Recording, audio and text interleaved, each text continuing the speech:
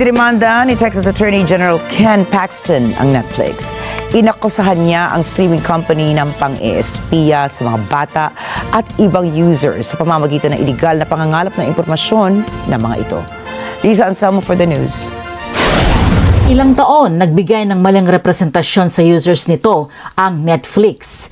Ito ang akusasyon ng Texas laban sa umano'y iligal na pangongolekta at pamamahagi ng user data ng naturang streaming service.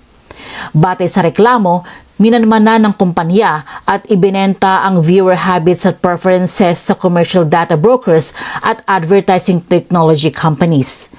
Bunsod nito, kumitaan niya ang kumpanya ng bilyon-bilyong dolyar kada taon.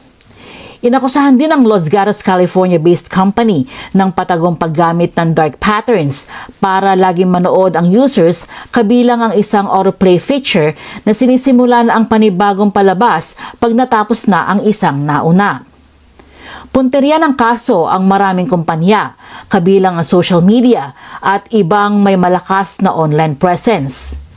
Inaakusahan ng mga ito ng tahimik na pag-track sa users at pagbenta ng data sa third parties na ginagamit naman ang nakalap na impormasyon para sa advertising. Binatay ang Texas complaint sa mga pahayag ni dating Netflix Chief Executive Reed Hastings noong 2020 na hindi sila nangongolekta ng kahit ano. Ito ay sa harap ng layuning maiba ang Netflix sa Amazon, Facebook at Google pagdating sa data collection. Ayon sa reklamo, simple at malakas kumita ang layunin ng Netflix. Tiyaking nakatutok ang mga bata at buong pamilya sa screen, kolektahin ang data nila habang nakababad sa panonood at pagkakitaan ito. Kung nanonood ka raw ng Netflix, pinapanood ka rin ito.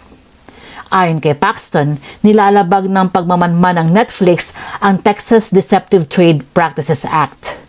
Gusto niyang i-purge ng kumpanya ang datang nakolekta nito ng iligal, huwag gamitin ang data para sa targeted advertising nang walang pahintulot ng user at magbayad ng multang sibil na hanggang 10,000 dolyar kada paglabag.